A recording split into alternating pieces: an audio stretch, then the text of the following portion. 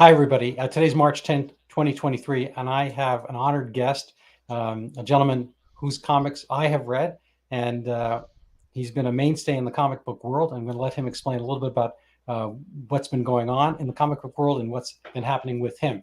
This is Mike Barron. Can you tell us a little about yourself and what's keeping your comics from us, and what's going on in the comic book world? What's been the most recent crisis?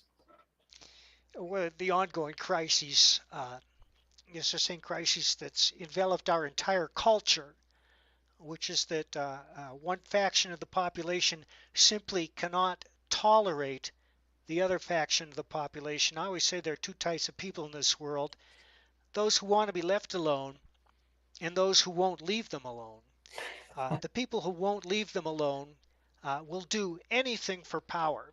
I've always said that the average American has his hands full doing his job, taking care of his family, and maybe kicking back a little on the weekends to watch football. But there's a certain class of person that spends every waking second scheming how to get power over others. They go into politics for three reasons: to line their pockets at the public expense, to enjoy special privileges that normal people don't have, and to hurt people that they don't like. And that divide has crept into the arts now, as we can see in the world of cinema, which is much more widely known than the world of comics. But the same thing is happening in comics.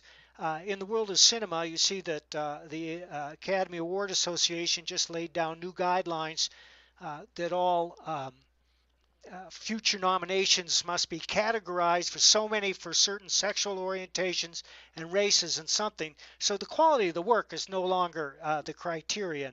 And this has to do with the left's overwhelming problem, which is the inability to see individual human beings for what they are. They seem to have forgotten Martin Luther King entirely, who asked that people be judged by the content of the character and not the color of their skin. Well, we're on the exact opposite side of this. And comic books, being a pale reflection of entertainment in general, have gone along. I rarely read mainstream comics, but every time I dip back in, uh, I find no entertainment value whatsoever.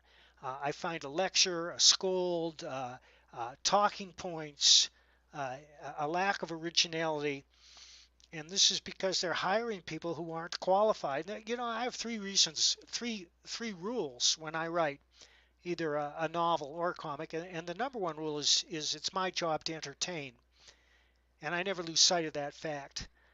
You have to give the reader a reason to turn the page. The essential question in all fiction is, what happens next? And the reader's not going to turn the page if he doesn't care. And the main way you make the reader care is by telling an entertaining story that enthralls him, her, ze, or it. And that's what I try to do. I'm not going to go into the two other reasons. They're kind of technical for writers, but that's the job number one. And both cinema and comics seem to have forgotten that. And this has caused a wholesale departure in comics by many veteran illustrators and writers, uh, honored honored people. Chuck Dixon, who created Bane, Billy Tucci, who wrote Our Army at War and illustrated it, Graham Nolan, the co-creator of Bane, Ethan Van Sciver, who used to illustrate Green Lantern. They find the present culture of comics, editorial culture, to be anathema to free expression and creation. And one thing we all have in common is that it's our first goal to entertain. And that's why our books are selling. Well, how do we sell our books? We crowdfund our books on platforms. But as you know, these platforms are inimical to conservatives. And according to because of a scurrilous attack on me by the Daily Kos, which is a far left hate site, we were kicked off Kickstarter and Crowdfunder. I sent you a picture of the author of that article. Yeah, It should come as no surprise to anyone when they see her, although I apologize if I'm not using the right pronoun. And then right. my partner Chris Brawley interviewed the head of Crowdfunder, and he said, we're not going to have anybody associated with ComicsGate on our platform. because we don't like them, because a whole bunch of people told us that they were sexist, racist, homophobes, etc. And none of that is true. It's all lies. And it comes down to the leftist philosophy. Yes, there she is. She wrote this article out of the blue. And the headline was, Mike Baron releases another racist AF comic book. Now, I'll bet you any amount of money this person has never read anything that I've written. She characterized the new book, which she has not seen, there it is, Private American, as racist. But, and I don't get that. There's nothing racist in it because she hadn't read it. So we contacted the Daily Kos, and Marcos himself actually responded. And Chris asked, have you read Thin Blue Line? She characterized Thin Blue Line as a comic about white racist cops going into black neighborhoods to kill as many black people as possible. Well, nothing could be further from the truth. The two protagonists of that novel don't kill anyone, in fact. And Chris said, have you read Thin Blue Line? And Marcos says, no. So Chris said, would you like to read it? And Marcos responded, if I have to. So Chris posted a PDF of the complete book for him to access online. That was 6 weeks ago. And as of today, he hasn't looked at it. That's another thing about these people. They know what they know, and that's all they know, and facts have nothing to do with it. So they left us no alternative. They tarred me as a racist. They're going after my ability to make a living, so we're suing them. Yeah, no, you have a great a name for the site. Let's see if I can find it for us. It's Mike Baron versus the Yeah, scum of the universe. yeah, here we go. Hold on a second. Yeah, So people can find this is a GoFundMe. This is yeah. GoFundMe. Mike Baron. It's also Baron Versus, Fight. You see up here, you've raised $5,700. People can share and donate to this. We're raising money for Mike Baron's legal fees to fund a lawsuit against Daily Kos, their writer, other parties, et cetera, et cetera. So this follows extensive censorship from big tech platforms. And then there's media coverage as well. I'm going to pull some of that, but I'd like to kind of get back to you and the state of comic books and so forth. So, to kind of use a comic book trope, it's like there are a lot of post-apocalyptic. Say that 3 times fast. Post-apocalyptic comic books out there, and we're sort of in the treatise of that right now. I mean, we're kind of wandering amongst corpses of comics, and then there's and again another comic book trope. There's alternate universe. I mean, there seem to be 2 universes out there. Can you talk about that? What's the landscape right now? well, as I said, I very rarely read regular comics because most of them, whether they're malicious or not, don't have much entertainment value. There's a great science fiction writer named Theodore Sturgeon. Sturgeon's law says 80% of everything is crap. Wait, that might be 90%. And he's right. I mean, you scroll through TV for hour after hour looking for something that will entertain, and 90% of that is crap. So you got to really look for the good stuff. And once you find it, you stick to it. And there's never enough good stuff. But those of us who crowdfund our own books, and I'm talking about the ComicsGate Kings, which is a small group that you have to be invited into because anybody can call themselves ComicsGate. And a lot of people do in hopes of catching a tailwind by association. And some of these people, in my opinion, do not behave very well on the internet. In fact, the internet has brought out the worst in many people. It allows people to attack others sight unseen, like this creature who wrote the article, out of the blue and to reach a huge audience. And if you've ever been the subject of a cancel campaign, as I have, it's no fun, but you learn a few things. Those of us in the ComicsGate Kings are dedicated to providing entertainment first. Now, it's just my curse that I happen to have chosen hot button subjects for my books. The reason I wrote Thin Blue Line was because 3 years ago, we watched city after city burning down, and always some proud member of the Lick Spittle out front explaining that these were mostly peaceful protests. And then politicians, people who had sworn an oath to uphold the Constitution, started calling for defunding the police. And we've seen the result of that. And my reaction was incredulity. You're either for the rule of law or you're not. You're either for civilization or you're for chaos. And civilization requires the rule of law. So I wrote the book, but remember, rule number one, this is a vital, entertaining story that will grab you by the throat on the first page and drag you through to the end, and you'll get irritated if anybody interrupts your reading. That's what I try to do. My first rule is always to entertain, and everybody who's read it says not only is it entertaining, it's one of the best comics they've ever read. Now, the thing about Private American is I used to write The Punisher. I wrote The Punisher for 5 years. And the reaction has always been very positive. People love my Punisher. Even today, they say, why doesn't Marvel understand The Punisher? Why can't they get it right? They can't get it right because they don't want to get it right. In fact, The Punisher has become an embarrassment to them. The creator of The Punisher, who threw him into one book as a ripoff of Don Pendleton's The Executioner, that's all he is embarrassed by the Punisher and lambasts military and police who use the Punisher symbol, which he attributes to their desire to inflict pain on lesser races or whatever. And that's not what the Punisher symbol means. Chris Kyle used the Punisher symbol, and it means defender of the innocent.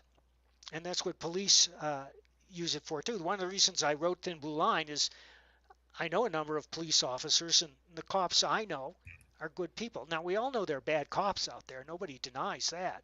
It's just that the overwhelming majority of them are civic minded. They went into the police to make a difference in other people's lives, and many of them have. But as you know, the rhetoric from the left of defunding the police and demonizing them has resulted in the wholesale quitting of police officers all over the country, overwhelmingly in Democrat-run cities. Police suicides are through the roof. They get no support from their local government. Major Democratic strongholds such as Portland, Seattle, Los Angeles, Chicago, Minneapolis, downtown are ghost towns now. The last Walmart closed its doors in Oregon because of wholesale looting. They passed laws that said if you steal less than $900 worth of merchandise, don't even bother to report it because it's not even a misdemeanor anymore. And that's one of the reasons I wrote the book. The reason I wrote Private American is I said, well, there needs to be a Punisher type character that's true to his roots. What would the Punisher be doing today? He'd be down on the southern border, protecting innocent lives, stopping human traffickers, stopping the flow of fentanyl, stopping the flow of terrorists that are rushing over the southern border. And it didn't seem to be a controversial idea. 10 or 20 years ago, it wouldn't be controversial. But today, because the left controls the narrative, the news, entertainment, politics, and education, and because children are no longer trained in civics, they have no knowledge of the Declaration of Independence, the Constitution, or the Bill of Rights, they buy whatever their teachers tell them. And I don't have to tell you what their teachers are telling them because it's in the news every day. Teachers trying to hide the fact that they're counseling preteens to undergo gender transition and so forth. But so I created this character, Marco Zamora, who's a second-generation Cuban and a veteran who lives in Texas, who watches the complete fecklessness of American law and order. And this is not to condemn the Border Patrol. They'd love to do their job, but they're not given any support and they're not given enough personnel. He says, well, a man can't just sit around. I'm going to go take action in my own hands. He's a vigilante in the classic American sense of Charles Bronson in Death Wish, Dirty Harry, Clint Eastwood. America has always loved vigilantes. And one of the reasons is vigilantes settled the West because as the settlers pressed westward, they were way ahead of civilization. Civilization follows the explorer. It doesn't greet them. Most people say, well, there were Indians out there, and that's certainly true. The Indians were out there. But what most people don't know is that every Indian tribe secured its own territory by making war on and conquering a previous Indian tribe that was there. I'm not saying that they're villains, but they're not saints either. They're people like you or me. Well, they're human beings. I mean, they didn't have, war costumes because they, only sat around peacefully. I mean, they were like every, aggregation. There's teams, and you're in or you're out, and you're absolutely right. I mean, they had to defend themselves, and they had war chants, they had war costumes, they had war. Yep. It seems pretty obvious. Which is not to denigrate the atrocities committed by whites, like, such as the Sand Creek Massacre or the Wounded Knee Massacre. Those are unjustifiable in any sense, and they should be remembered, but it has to be taken in context. Absolutely right.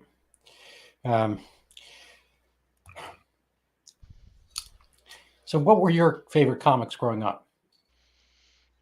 Conan the Barbarian, Master of Kung Fu, Swamp Thing, Captain Marvel.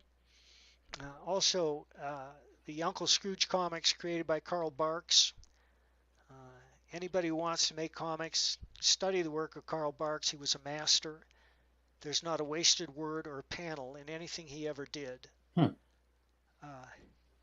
And I loved Undergrounds too. I couldn't get enough of Zap Comics. I love Gilbert Shelton, the Fabulous Furry Freak Brothers. I love R. Crumb, a whole bunch of those people. And we don't really have anything like that today. We have a new kind of alternate comic scene, which is typified by the Hernandez brothers and Art Spiegelman. And some of their stuff is good and some of it isn't. It's kind of hit and miss. The most entertaining comics I've seen recently are crowdfunded, independently produced. And there's a huge market for these. We've been very successful with our crowdfunders. But the war on conservative thought and entertainment, which covers the entire panoply of entertainment, and you know what I'm talking about. If you speak up your crush, you lose all your contacts. You're no longer welcome. James Woods can't get any work. Kevin Sorbo can't get any work because they're conservative or they declare that they were Christian. There's no room for them in today's Hollywood. And there seems to be a rule out there that you have to virtue signal 24/7 in order to hold on to your job. Well, just something about virtue signaling rubs me the wrong way. Yeah. Because my second rule of storytelling is show, don't tell. And it's a good rule for life as well. You want to do good works, but don't release a press release about it. Don't have a camera crew following around. Don't constantly yell from the rooftop, I am a good person, I back this, this, and this. And I think the perfect example of that is the I believe sign. Yeah, no, I know. You know what I'm talking about. I know. I mean, virtue signaling is an oxymoron, as is the kind of the other word for it, humble brag. I maintain that social justice is an oxymoron as well, because absolutely, there's justice when you put a modifier on it. If somebody comes along and he's white, purple, green, brown, or whatever, and I don't know, bangs your mother upside the head, your reaction's not, oh, well, this, and, circumstance, whatever. No, your natural reaction, and always should be, this guy just banged my mother upside the head. And that's what it is. It's a personal justice. And, we've fortunately offloaded some of our eye for an eye kind of stuff to the establishment, as it were, the state. Either, in the old days when it was a locality, but now it's a big state. And we trust them to follow up on the justice aspect, because otherwise we would take things in our own hand.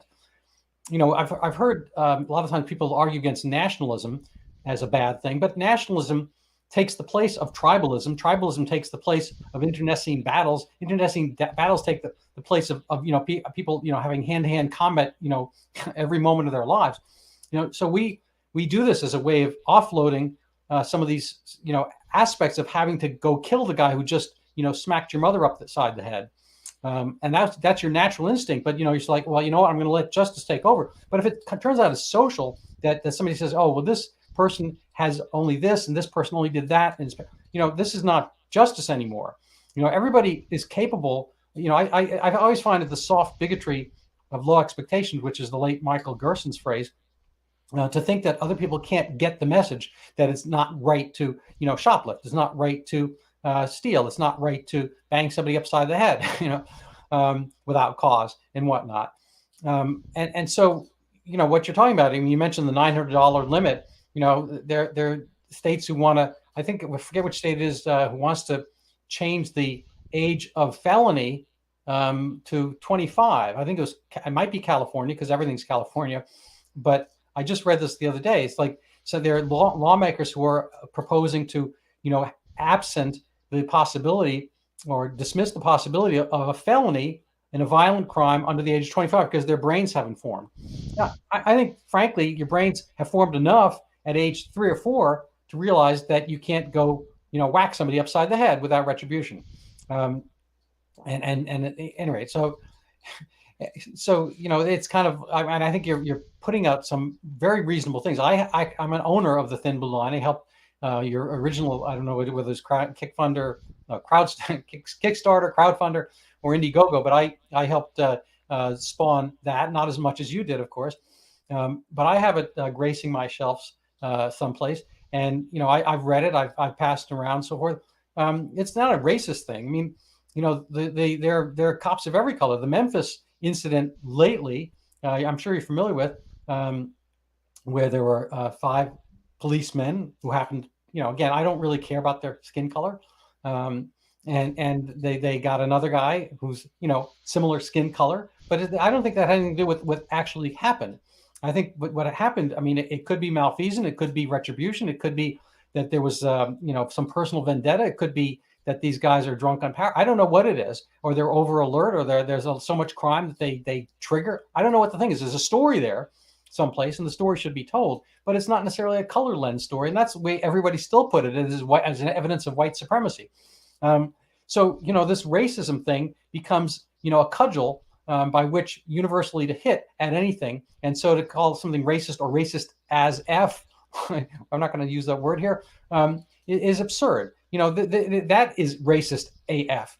To just do this application of anybody who's not part of your stream, and whether it's melanin or conservative leanings or an appreciation for genuine police work, appreciation for civil society. This comes back to the left's inability to see individual human beings and the memory hole to which they've consigned Martin Luther King. The smallest minority on earth is the individual. If you're not for individual rights, you can't claim to be for minority rights. Now, you mentioned nationalism.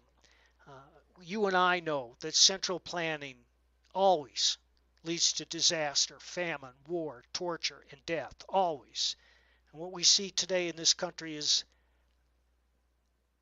frightening, as Washington seeks more and more power, creates more and more offices, raises more and more taxes. As someone said it the other day, is we now have an enormous government trying to extract taxes from a constantly diminishing private sector. And as I said, they're not interested in the welfare of the people. They want to get rich, they want to enjoy special privileges, and they want to hurt people they don't like. Now, nationalism is the opposite of central planning. Jefferson spoke about federalism with passion because he wanted to make decisions as local as possible, and that's why he wrote the Constitution to give the ultimate choice of what to do to the states and not to the federal government. Because the people who live in the neighborhood know a lot better what they need than somebody in a capital suite uh, 2,000 miles away. Yeah, no, I understand that. I mean, fortunately, we have some aspects of federalism, and federalism actually kind of an odd term. It's almost an upside down term because, Right. frankly, it's not federation. It's the fact that there's division within that federation. So, the individual states and presumably inside the localities can make their decisions that are not from so far top down. We're seeing a lot of the same kind of pushback throughout Europe, which didn't amalgamate into actual states the same way we did. We were much more of a voluntary prospect of the 13 colonies turning into the United States. And I bring this up that the term state, when we think of states, we're thinking of Delaware, Rhode Island. What are these individual things? You can kind of drive over the border. You can drive from Rhode Island to Connecticut, not even be sure which is which. They're not really kind of definitive entities the way, say, I don't know, going from Romania to Ukraine might be. Different languages and different police uniforms and so forth. And maybe a visa or whatever. The international state borders were a thing. So when we became the United States of America, people these days, I think the emphasis is on the word America, United States of America. And so we're all America. But when they founded it, it was the United States of America, that we were supposed to be individual states, much as Belgium. I mean, I'm sure there was a Belgium at the time, but in the late 18th century, whichever states where there were in Europe, those had individual sovereignty. And, so the concept of federalism is that we have kind of division within the states, and we have some greater direct representation, greater direct responsiveness in our towns, in our counties, in our states, and so forth, before it gets to a federal level. So, I'm basically in agreement, but I think people have this misconception, of what a state is in the United States, and it basically meant a nation, and having different abilities to control and monitor what comes down from a federal level is crucial to the American experiment, which has been so far very successful. So to kind of finish up my point here, during COVID, which has been more the focus and topic of my video cast over the last 3 years, the individual states had some preservation of liberty if they chose to, and then the voters had a chance to get rid of the ones who didn't. So, Florida and New York State have the same population essentially, and Florida is older demographically, and Florida did much better during COVID in all aspects. They had a lower death rate, even amongst the old people, and they had far more freedom throughout. And so humans are the same. We pretty much all have belly buttons and most of us fingers and whatnot. But for some reason, people did better in Florida. And whatnot, and that helps us understand and come out with reasonable, rational answers because there are divisions between states. A lot of what's happening, seemingly in the Kickstarter world and whatnot, is that people just collapse under this kind of pressure from above, which is in a sense inimical to the individual and federalist experiment. Sorry for all that. Well, I agree. It's the tendency of the despot to seek as much power over others as possible. I seriously doubt whether a majority of congressmen, women, Z's, have read the Constitution or the Bill of Rights. To hear them speak, you'd think they have no idea why this country was founded. The first country founded on the primacy of the individual, the only nation on earth to enshrine individual human rights, which spread across the globe because it was an idea whose time has come. But now we are reaping the crop of too much success. There's an old saying that strong men make good times make weak men, and weak men make bad times. And we are in the bad times Yeah, it seems to be. portion. Now, I know you were on with Andrew Clavin, and he is uh, he's my inspiration often days, and it was a great interview. And he thinks we are in the opposite of Renaissance. We're in Yes, decay, yes, um, and that each of us has to maintain the light. People talk about the Dark Ages, and I think he is probably amongst that group who stipulates that the Dark Ages is a misnomer. They weren't dark; they were ages of perhaps less commerce and less communication, but it wasn't necessarily dark for every individual. It certainly wasn't dark every day for every person, and you have to maintain that light. I mean, one of my other idols and beacons is Alexander Solzhenitsyn, um, and he went through almost literal hell. I suppose it's technically figurative hell, but he came out intact, and he came out intact because of his firm belief. He believed in the divine, and he believed in the dignity of man. And I think we're getting away from that. We're getting away from kind of our physical selves and the exigencies and the commonality which have been throughout all of mankind. And the reason we get resonance from old literature is that humans have had feelings. They've had feelings. They've had emotions, pretty much all in keeping with those prior. And I think the timeless, that's kind of an expression in league with this. The timeless works are just that. They are timeless. They carry on because they resonate with us. And it seems to me, I have not read deeply into your, as the French would say, your oeuvre. So I'm not a Mike Barron expert, but I'm going to intend to, look further in. I purchased your Punisher just now, and I was a Superman, Batman kind of guy. I started with Superman. I read everything Superman, and then I went to Batman. I kind of was DC. I wasn't, so much Marvel until maybe a little bit later. And I read some R. Crumb and whatnot when I was in college.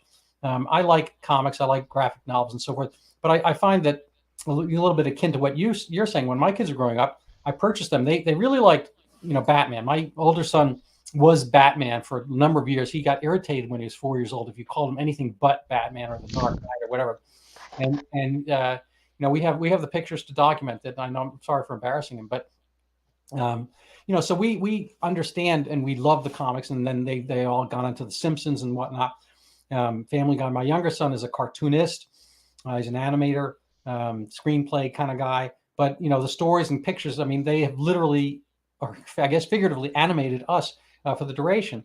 But through the time when they were kind of into comics, I went and purchased them, and a lot of them were just dead. I mean, I suppose they're all on paper, which is dead trees anyway, but they just didn't have any life to them. I might have been looking in the wrong place, but I was picking up comics, and I picked up some of the same themes as I had grown up with, and there was just nothing really going on. There's nothing, no grab or hook or whatever. Well, Sturgeon's law. Right. That's similar to Gell-Mann amnesia. I don't know if you know what that. Have you heard of Gell-Mann amnesia? No. So it's another topic, another day. But basically, Murray Gell-Mann was a top physicist, and when he would read an article by somebody else on something else, I don't know. Let's say he's reading an article about art in Mexico. When he actually comes to experience the thing, he really goes back and reads the article. And it's like, wow, this guy knew nothing about this. And I know what it was. When he read an article in physics, he'd be like, oh my God, this guy knows nothing about physics. But the Gell-Mann amnesia was to presume that when somebody else is writing on some other topic about which you're not expert, that they actually know about that. And we all assume that they have the knowledge of that other topic when they knew as little about physics. From his lens of knowing physics, he could see that people probably didn't know as much about other things that they're espousing they know about. And we've seen this happen over and over again. I think a lot of things, the great conspiracy, the COVID conspiracy turns out to have been on, an inside job. And we're finding out more and more. So, there's kind of this lens where people either, seek out and find the truth or not. And again, getting back to Andrew Klavan, he's an excellent writer. I just not only like listening to his podcast, but I've read his books, and so I wish there were more of them because I'm running out in a sense. But he talks about the way that fiction brings out the kind of the truth of the soul. That even if obviously it's fiction, so the events are not true in the sense they're happened, but they bring out things that resonate with us. And there's good fiction, bad fiction based on how well those things happen. And I think that's what you're getting at when you talk about entertainment. I'd be curious if you can maybe capsulize the other two rules by which you live as a cartoonist. Sure. Number one, entertain. Number two, show, don't tell. And this means that any information you can impart to the reader or the watcher visually without talking points, you should. And there's no better example of this than the beginning of many episodes of Better Call Saul, where a camera takes us on a silent journey for about 5 minutes, in which Jimmy is working at Cinnabon, or Mike Ehrmantraut is trying to get a fake pass to enter a warehouse. And at the end of the 5 minutes, you say, "Oh, I get it." And of course, that's doubly important for comics because they don't control the pace or what you hear. But unfortunately, it's a very hard lesson to learn. Hmm. And the third Yeah. rule is to be original. Yeah. I have to say, I had a little bit of, as I mentioned, I kind of have a love of comics. And I don't know if I told you about this, but my thing lately has been figuratively or literally overturning Zika, the pandemic that never was. So I'm going to maybe just as part of my own selfless self promotion or humble brag or whatever you want to call it. I'm going to just pop up my book here, and I'm going to make it topical in a second. So this is my book, Overturning Zika, which hopes to bring up the fact that the last pandemic was, a lot of conjecture that got whipped up into science, as it were, quote unquote science, too quickly. And I tell people there's a picture of me right here. And so you can buy this on Amazon. So that's my plug. I apologize. But No problem. one of the things I did along the way was, if I can find it here, let me just pull this down while I look. Where did I put it? I just passed by it. So here it is. I don't know if I told you about this, but I actually made a comic book, The Truth About Zika. And this is the Intrepid Reporter. And it takes place in Brazil, 2015. The news kind of come up one narrative. He wants to bring the truth about the fact that there was not really, a lot of this just came about through press leaks and was never really confirmed science. And he gets booted from his newspaper. Anyway, I'm not going to do the whole cartoon here, but I saw the modality of cartoon as a way of getting the people who are not going to read the scientific journals and not going to read. I have an article in the American Journal of Medicine. I have this book I mentioned. People are not going to read that, but more, sitting on the bus back and forth to work. And by the time I thought, comic book would be a good way of doing that. So I'm going to be putting that out. Maybe offline, I'll catch some of your advice. I'm sure there's going to be harsh criticism because the story is not written by you. The story was written. I had a storyteller help me with it, but it's kind of hard to wedge a little bit of this is intending to be didactic. It's intending to bring a message and so forth. So it's not going to be just kind of free floating as much as it might. But I'm still hoping it'll catch with an audience, and maybe I could leverage some of your thoughts on that at a later date. Me too. So we're rounding around 40 minutes here, and I'm going to maybe just pop over some of the sites that are of interest, and maybe you could kind of give us some closing words and thoughts about what your situation is. What are your warnings for people heading out into the comic book world, and or what's your message to places like Kickstarter? Kickstarter, we don't know yet, but as I said, they deplatformed us, and they're impossible to communicate with. You send them a message and there's never any response. So in that sense, they're not very user friendly, and there's now a land rush among independent comic producers to create their own crowdfunding sites, and we're working on that too. Because we can't trust these people. If they don't like your story, what you have to say, they're going to try and destroy your livelihood. Yep. All right. So how? Let's see the ways that people can get in touch with you. I suppose the best way is to help support your cause here, and that's this. Well, I guess you mentioned here on Fire, which is kind of a free speech, freedom of religion, freedom of speech site. I had your Indiegogo up here. Um, If you want to that's order the book, you have to follow the link, which is theprivateamerican.com. Theprivateamerican.com. That'll take you yeah, right to the Indiegogo page. Because otherwise, we're shadow banned. You can't find it if you just go to Indiegogo and type in my name or the that's name of the book. interesting. So let's just try that. If we put in Mike Barron um, into Indiegogo, I mean, I'm on your page right now, but if I search for Right. Mike Barron on Indiegogo, um, It's got Thin oh, Blue there's Line. Thin Blue Line.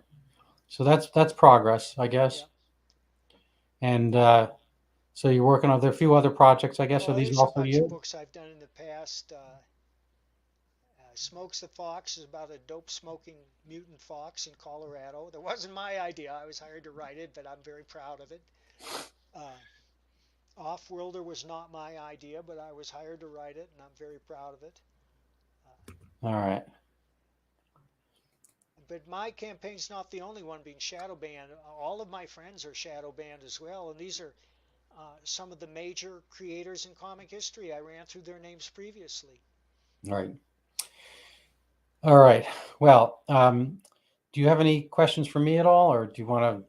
No, Randy, except you and I are going to talk later about your own work and your comic book work. And so Yeah, I'd I love could use a to. little bit of hints about. I was thinking about. I kind of want to make this part. So this is. I'm just going to lay out this scenario. Um, Zika microcephaly was supposedly a PHEIC, public health emergency of international concern, aka pandemic. Mosquitoes that cause dengue, and Zika is basically there's four dengues, and really Zika is like the fifth mini dengue. Had never caused a single human problem, and dengue had millions of cases had never caused microcephaly. And in that context of basically a dengue all of a sudden causing microcephaly, it was leaked to the press. It turned into this huge panic, and I'm not going to bore you with it. So that was its own thing. So why do we care about that now? I mean, I care about it because I think you can't say something like that without having it retracted. And everybody who's getting paid to do Zika researching, they have no interest in having the thing overturned. That's right. They're kind of on the sea above, the financial thing that happens. Um, but I think from I'm kind of I like to think I'm a logical guy. I used to love Sherlock Holmes, even more than the comics and whatnot. And I thought this is a Sherlock Holmes mystery, and I think I've uncovered the answer of what happened. Anyway, be that as it may, why is this a concern now? Because uh, they're coming out with a Zika vaccine momentarily, probably within the next year or so. And my guess is it's going to be monetized. That Zika has not been monetized yet, and so That's right. literally a billion, if not the entire Earth, this will be one more vaccine that people are going to have to get, so that when when young women are impregnable, they won't have babies with microcephaly. Now that's a awesome idea, if in fact Zika caused microcephaly. Microcephaly is its own thing, just means small head, has occurred forever prior and will still occur from a variety of reasons I'm not going to get into. It's a very rare occurrence, one in a few, probably 1,000 births and whatnot. But my feeling is that this is going to happen. The WHO is going to impress upon people to, get this vaccine, and it's going to become a moneymaker for probably Takeda, Sanofi, Moderna, maybe others. Anyway, you got the sun in your eyes. Maybe it might be a good time to Not anymore. um, to get going. So that's my worry about that. That's why I think it's a big deal. That's why I want to have the comic book. I want to importune the WHO and everybody so that we can stop and think before we do stuff. Because stopping and thinking seems not to be part of the mechanism apparatus. I don't think whatever his name is, Marcos. His name is longer than Kos, but I think his name is Kos is from Marcos. I think it's a Greek name, but anyway, I don't think he thought about it. I don't think Star Mignon thought about it too much. You are a thinker. I mean, anybody that comes off using the word scurrilous in natural conversation. I mean, I think you're a thinker way above and beyond what people might associate with comic books. Certainly not I. And I, appreciate your spending your time here with us today. Thanks, Doc. All right. Any closing words for our fans? Yeah, if you want to talk to me, follow me on Twitter at Bloody Red Baron, on Facebook, The Comics and Novels of Mike Baron, on Substack, Mike Baron, and I have my own website, bloodyredbaron.com, which needs upgrading. All right. Lovely. All right, so you can stay on. We can chat for a second. I'm going to end the recording. Thank you very much. Please pass it around. Please share. I don't have a Patreon or anything like that, but if you want to send me money, we'll try to, maybe just small denominations, send it to my address. Thank you. Have a great day, everybody. Okay.